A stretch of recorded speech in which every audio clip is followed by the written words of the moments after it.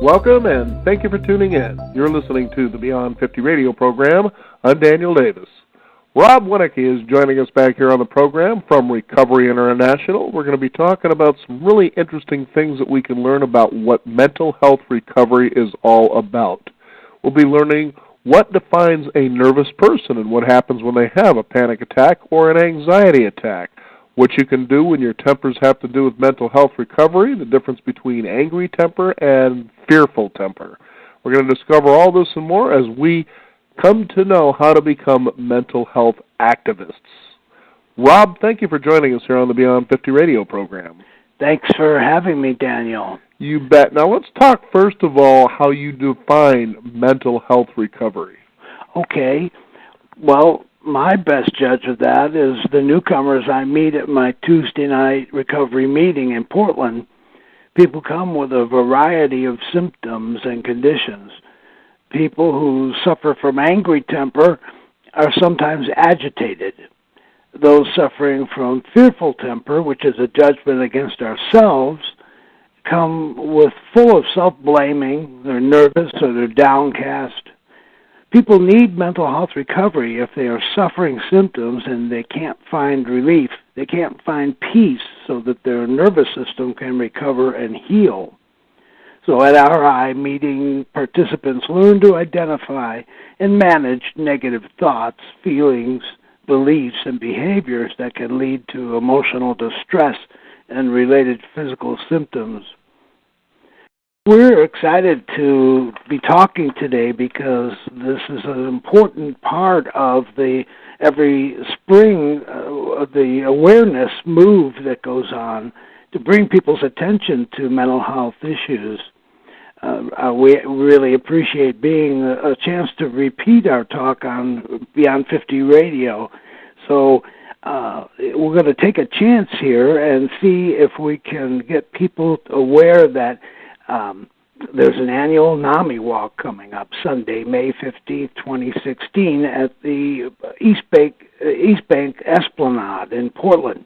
So people will be assembling to get the word out about exciting new opportunities for mental health consumers, including programs from NAMI, Alternative Psychiatry, and Recovery International. I'm an RI board member, a leader of the area, Northwest Area 150, and a leader of a weekly member meeting at St. Michael's Episcopal Church in Portland. And that Tuesday night meeting has been gathering weekly at St. Michael's for 50 years, since 1966. I'm the fourth generation of leader, and my predecessor, who's more than 90 years old, still comes every week. Tens of thousands of people with nervous and mental health conditions have come through the meeting room there and have changed their lives and regained mental health. So our mission for 2016 is to inform 1 million people about the RI method so that they can decide on for their own options. And this method is a useful adjunct to other forms of mental health aid. So figures indicate that self-will skills help you no matter what you are doing to continue your mental health recovery. Now let's talk a little bit, as I was mentioning earlier, the idea of someone feeling as though they're a nervous person. What exactly defines that? Well, nervous and mental turmoil causes suffering that is very debilitating. Like any serious physical illness, the list of symptoms that attendees report as they come to the meetings are endless. Depression, anxiety, tremors, fatigue, fears, panics, head pressure, loss of appetite, obsessions, difficulty making decisions, preoccupations, feelings of inadequacy or persecution, fear of crowds or being alone, feelings of unreality or bizarre sensations. The symptoms are countless because every nervous person is different, and the symptoms are what are indicators of the mental health suffering they're doing. So it's not just for the individual, the nervous person. That's the person who's easily irritated by the external environment. Everything outside their skin can be irritating to nervous people. people, places, things, situations cause them discomfort and easily upset their inner world, their peace and serenity. Non-nervous people seem to have more tolerance to these irritations than nervous people do. So RI provides easy-to-learn techniques and tools for changing the way we react to people and situations that we have no control over. There are tools and techniques for acquiring decision-making skills, preventing obsessive or bothersome behavior, and even tools for dealing with difficult people. So in addition to becoming self-directed, it encourages a kind of unification zone with peers where we see the method demonstrated right before our eyes. This fellowship reinforces practice and reminds us of our all-absorbing principle: nothing is more important to us than our own mental health. Well, there's certainly a lot of truth behind that, too, as well. And you kind of wonder at times what happens when a nervous person does have a panic or an anxiety attack. Dr. Lowe talks about the fearful person who turns on himself. We begin to doubt our abilities to cope. There's a feeling of unbelief or unreality that can take over our mental functions and make us fear that we're going to collapse or do something extreme. We are actually most afraid of our own symptoms, so it's important to have cognitive tools and secure thoughts to help restore mental balance when that distress goes towards panic or an anxiety attack.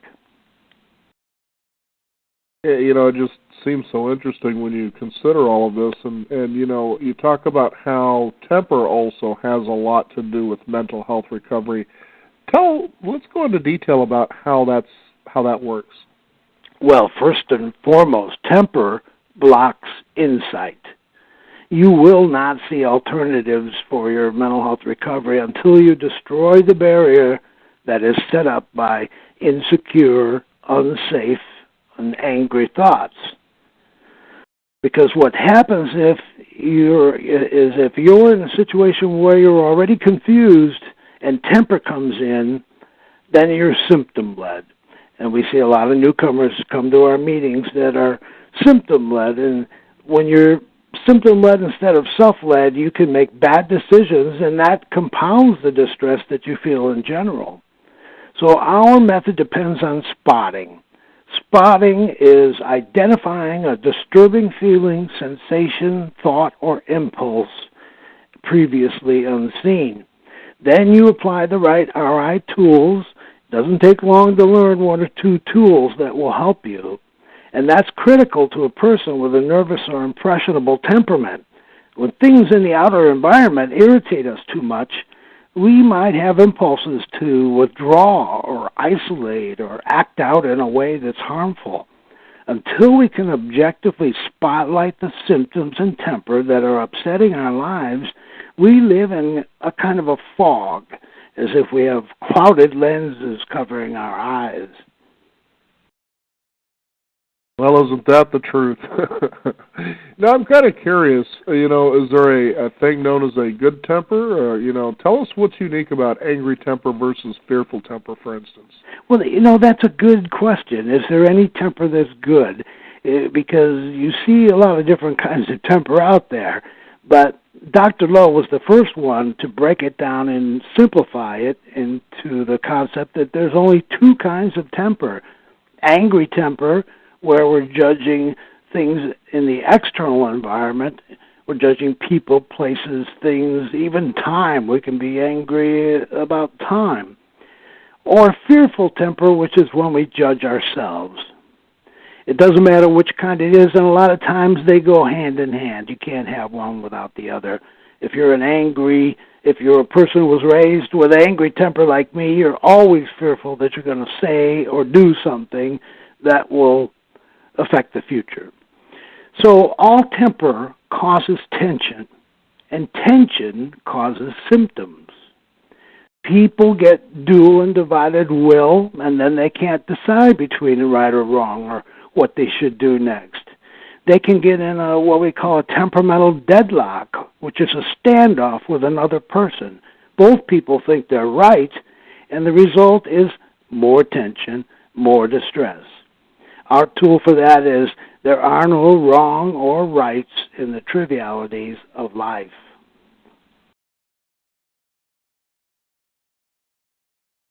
It just seems like so much to really take in here, when you wrap your brain kind of around it, because it's so different from what we typically, how we approach things like this.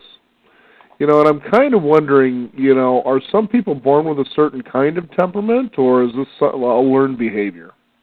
Dr. Lowe is very astute in helping people separate what is their natural temperament and what is temper.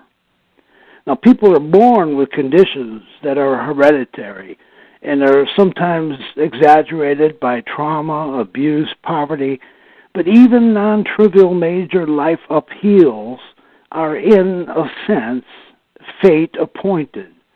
It doesn't do any good for a person to blame himself or herself for their mental condition.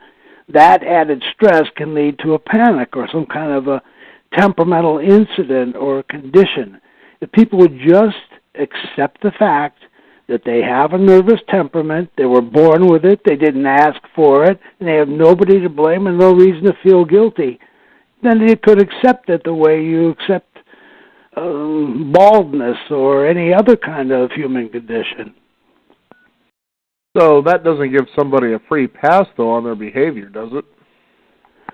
Of course not. No, the nervous person's dramatic or dramatized reactions can be checked if they're trained to regard these fearful thoughts and worries, embarrassments, forebodings as what they really are. The innocent outpouring of a temperament which has been sensitized by an endless career of suffering. Dr. Lowe points that out. These are innocent outpourings, a result of a long career of suffering. Now, a person may have acquired the habit of producing an unbroken succession of harmless original responses. He will have to learn to be tolerant of those responses and to refrain from processing them into temper at all costs, not only for the sake of his inner peace, but for the peace of everyone around him.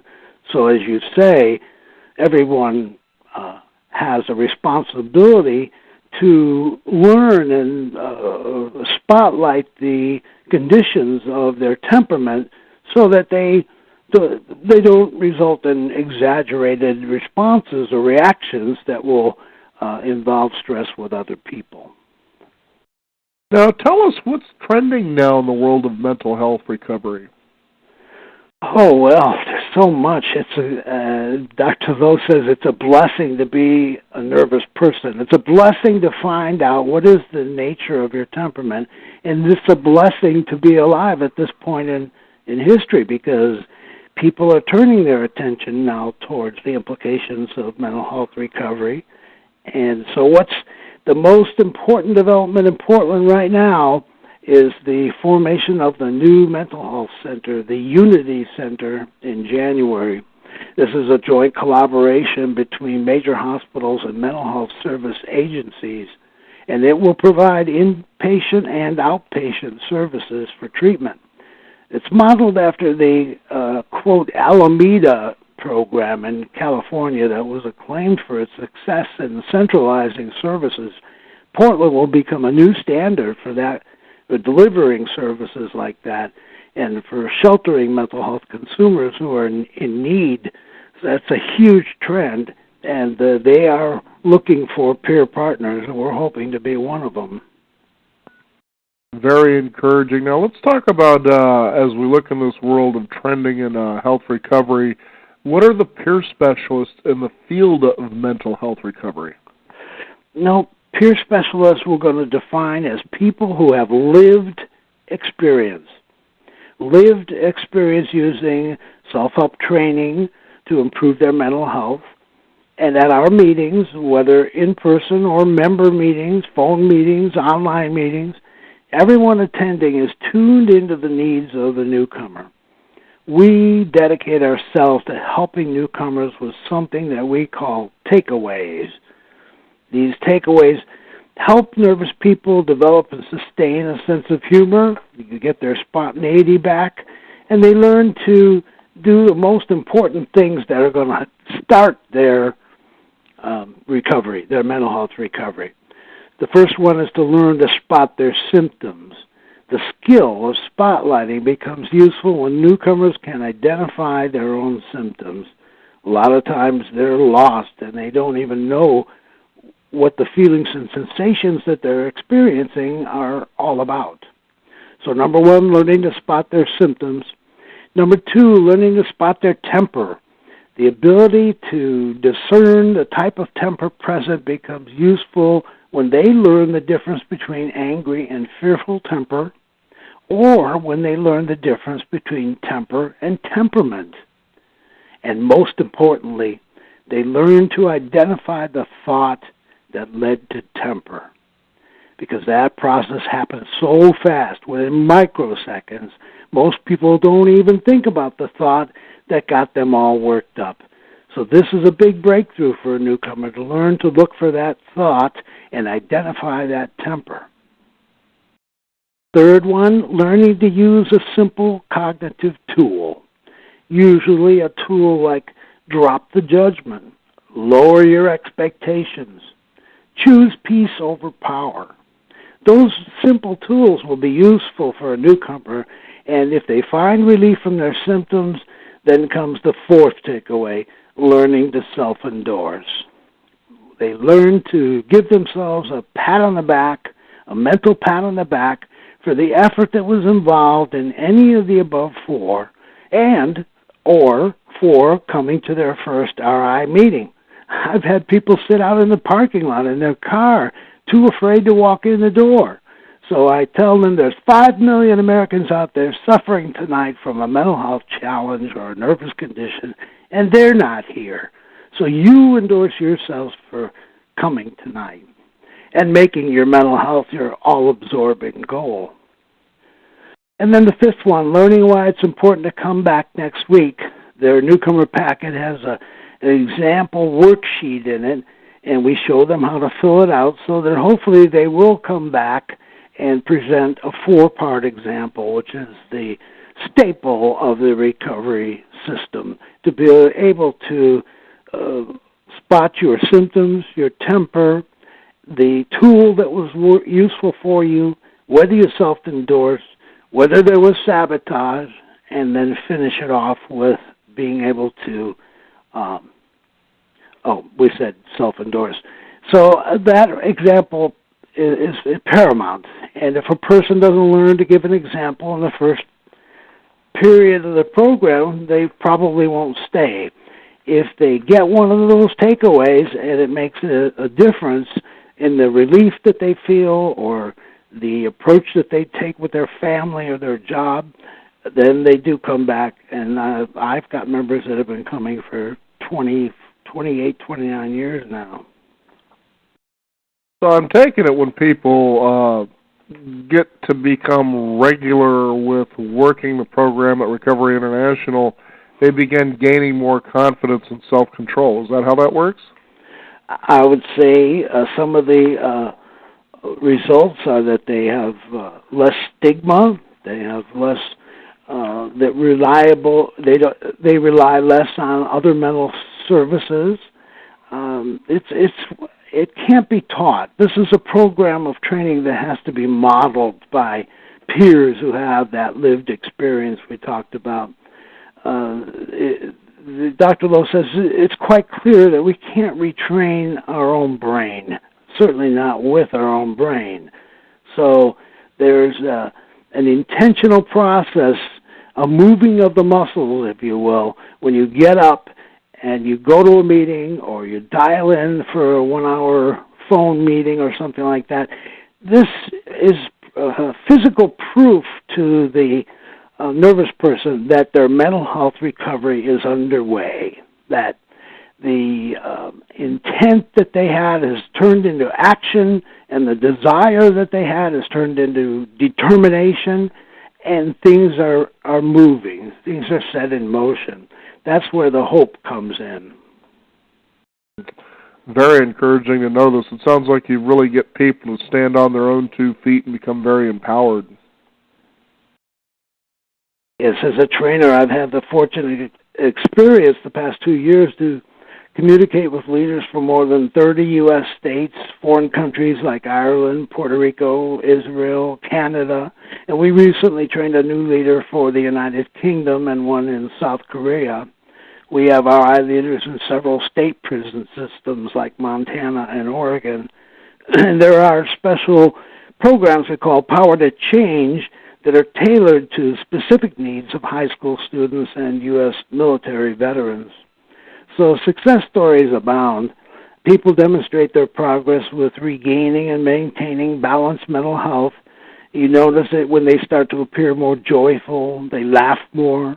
Laughter is the only cure for arrogance, Dr. Lowe says, but it is also hugely important to be able to laugh at one's own exceptionality, the trivialities that get us worked up, and the unreal expectations we have because of our exaggerated sense of entitlement. I always tell people, nervous people have stopped learning how to laugh at themselves. That's where I come in. Very good. And I think that's really important, too, is to come to a point where you can have humor in this for the healing to really be effective. Would that be a way to look at it? The healing to really what? To really provide the healing to really look at it where you can step away and say, I don't think this serves me anymore. There is a lot of hope that the peace and balance in your mental health will spread throughout your life. In your challenges with mental health comes a wonderful responsibility to share it with other people. There's an old saw about if you're not transforming your suffering, you're transmitting your suffering. So nervous people know how important it is to kind of share the wealth. And when they get their joy, their spontaneity back, family members, co-workers, friends from church, etc., they're all happier for you, and they're all supporting you in your efforts. So you find that the movement of the muscles is what takes it out of the realm of thinking and into the realm of action. Now, it seems that they're introducing more, or not introducing, it's been around for a while, cognitive behavioral training. Is this an efficient alternative to mental health aid? We do try to make a distinction between cognitive behavioral training and cognitive behavioral therapy. This is training that requires peer specialists to help you learn, just like you would train for a tennis match or a musical concert. I used to take accordion lessons. I started when I was 4 years old, and I had a strict accordion teacher, and he had a big sign on the wall, and it said, "Practice don't make perfect. Perfect practice makes perfect." And I used to say to him, "That's not even grammatically correct." And he goes, "No, but it's correct about the practice part." That's for sure. Oh, man, there's just so much to be able to let people know about here. Tell us how people can become mental health activists. Oh, okay. Well, all of us are the biggest advocates that the world has to lead discussions on mental health. The secure thought is that we can equip ourselves with our personal stories to get the word out about mental health, but we can also share a few facts that might shock people, too. Maybe a little startle would do the world some good. This mental health stigma can be very powerful, and there are a lot of myths. But the fact is about 1 in 5 adults 18 and over has a diagnosable mental disorder. That's from the National Institute of Mental Health. There's a lot of other mental health facts out there and misrepresentation in the media, and there's also reluctance to seek or accept necessary help. families are affected by stigma, and that leads to a lack of support for nervous persons too. For mental health professionals, stigma means that they themselves are seen as kind of outside the pale of normal, and psychiatric treatments are viewed with suspicion and horror. So a lot of multiple types of stigma and discrimination occur when we have any people with an intellectual disability or those from a cultural ethnic minority that have nervous problems. Nearly 1 in 4 people feel depression is a sign of personal weakness and would not employ a person with depression. About a third of people would not vote for a politician with depression. 42% think people with depression are unpredictable. 1 in 5 said that if they had depression, they would not tell anybody. Nearly 2 in 3 people surveyed thought people with schizophrenia were unpredictable, and a quarter felt that they were dangerous people to be around. So it's really important to get those success stories out there about how people have overcome challenges, overcome the stigma, and turn the story of around and made a positive out of a negative. Mental illness is more common than cancer, diabetes, or heart disease. More than 2/3 of Americans who have mental illness live in our communities and lead productive lives. So it's, as a mental health activist, you don't even have to get out of your chair and go marching at the Esplanade or give $1,000 to your favorite charity. All you have to do is look forward to talking to people positively, learn and share facts about mental health and illness, create a mentally healthy community that supports people's recovery and reduces discrimination and social exclusion. Get to know people with personal experiences of mental illness. Speak up in protest when friends, families, colleagues, or the media display false beliefs and negative stereotypes. Offer the same support to people that you would when they are physically or mentally unwell. Don't label or judge people with a mental illness. Just treat them with respect and dignity as you would anyone else. Don't discriminate when it comes to participation, housing, and employment. And talk openly of your own experience with mental illness or any kind of nervous condition, because the more hidden mental illness remains, the more people continue to believe that it's shameful and needs to be concealed. So it's a nice call that we make to people to step up to the plate and be an advocate on discussion of mental health. Very good. Now, how can our listeners find out more about Recovery International? They can go to my blog site, first of all, www.selfhelptools, all one word, selfhelptools.org. Or they could check out the Recovery International website, all one word, recoveryinternational.org. And there's just a ton of material out there. We want people to download our literature and read it and attend trainings if possible, but most certainly call and see where there's a meeting in your area. We've got 42 areas in the country, and there's usually a meeting within driving distance or phone distance. So we want people to pick up the phone and make a call. There will be information, I'm sure, on the Beyond 50 page there where they can contact me personally. But I don't mind giving out my phone number, 503-810-2789. If you have a question or you have a problem with someone in your family, just call me and we'll chat. And if you can come to a meeting, you'll get a lot more information than what you can get in a 5-minute work-down call. But I give anybody a 5-minute work-down call because I have a lot of tools, and I usually know how to get rid of temper. Well, very good. Well, it's very encouraging for our listeners to know that and be able to pass it on to people that they may know who can really use this. And one more time, your website. Yes, thank you. It's called selfhelptools.org, HELPTOOLS.org. That's all one word. Well, very good, Rob. Thank you so much for joining us here on the program today. Daniel, thank you so much for having me. Hope to maybe see you in the fall when we have another mental health month. You know it. All right. All right. We want to thank you, the listeners out there, for joining us. You can also discover more at Beyond50Radio.com. That is the number 50. We encourage you to subscribe to our weekly e-news updates to find out what's going on in the Beyond 50 community. You can also follow us on Twitter at Beyond50Radio as well as Facebook.